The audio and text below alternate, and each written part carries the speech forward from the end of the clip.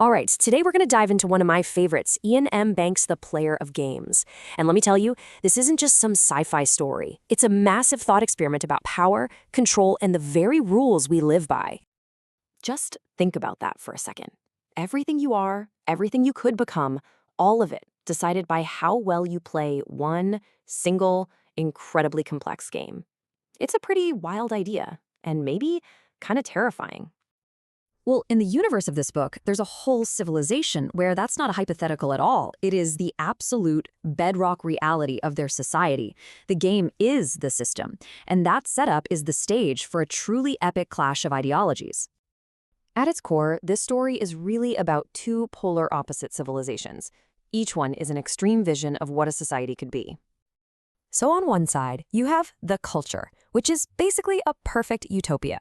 And on the other, you have the brutal, rigid Empire of Azad. The whole novel just smashes them together to see what happens when their worlds collide. So what is the culture? Imagine a society where there's no money, no one goes hungry, no one really suffers. Super advanced AIs, they call them minds, run everything in the background.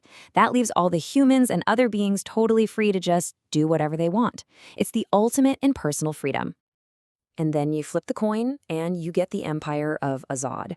It could not be more different. It's this brutal top-down hierarchy built on pure aggression. Life there is all about savage competition, and everything, and I mean everything, revolves around this one central, all-consuming game. So you're probably wondering, how do these two worlds even meet? Well, it happens through one person, a guy who is the perfect representative of his society, and, as we're about to find out, the perfect weapon.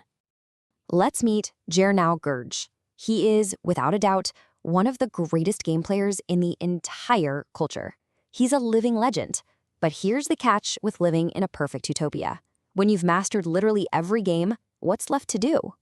He is profoundly, deeply bored and just desperate for a real challenge. So, this amazing opportunity just kind of falls into his lap, a chance to go to the mysterious Empire of Azad and play their legendary game. It's the ultimate test he's been craving. But a huge question mark hangs over this whole trip. Was going there really his choice? Okay, we have to talk about the game itself, because in this story, the game isn't just a game. It is the engine that runs an entire civilization, and playing it has consequences that go way, way beyond the board. The game is called Azad, same as the Empire, and to the people there, it's a perfect simulation of life itself. It's incredibly complex, strategic.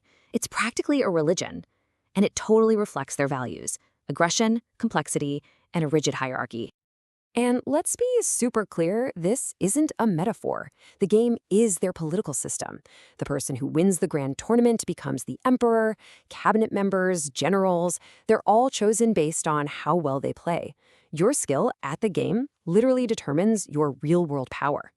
So what happens when Gurgeh, a guy from a society with completely different values, starts to play?